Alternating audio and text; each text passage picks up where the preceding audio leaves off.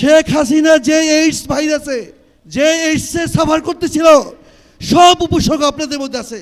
এত দ্রুত আমাদের রাজপথে নেমে আসতে হবে আমরা কল্পনাও করতে পারি নাই।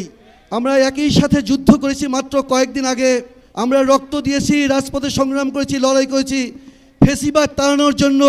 আপনারা কথা দিয়েছিলেন যে সরকার যেই গঠন করুক না কেন, অন্তর্বর্তীকালীন সরকার যে জুলাই সনদ তৈরি করে গিয়েছে সেগুলো আপনারা অক্ষরে অক্ষরে বাস্তবায়ন করবেন। কিন্তু শেখ হাসিনা ফেসিবাদ যে উপসর্গে যে জ্বরে আক্রান্ত ছিল তারা সাংবিধানিক কাঠামোর মাধ্যমে সব করবে সেই জ্বরে আক্রান্ত ছিল।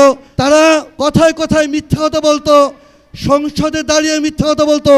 আজকে এই সমস্ত উপসর্গ আপনাদের মধ্যে দেখা দিয়েছে।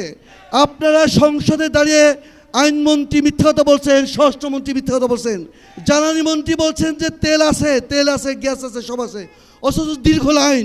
এইসব প্রতারণা করে শেখ হাসিনা টিকতে পারে নাই। আপনারা যে জুলাই সনদ মানছেন না, গুম কমিশন মানছেন না, মানবাধিকার কমিশন মানছেন না, বিচার কমিশন মানছেন না, কারণ এর মাধ্যমে আপনারা আবার ফেসিবাদ কায়েম করতে চান। শেখ হাসিনা যে এইডস ভাইরাসে যে এইডসে সাফার করতেছিল সব উপসর্গ আপনাদের মধ্যে আছে। এত দ্রুত এই এইডস কিভাবে আপনাদের মধ্যে সংক্রামিত হলো আমি বুঝতে পারছি না। বিকাশ পেমেন্টে 10,000 টাকার বেশি অফার, শপিং চলছে তো।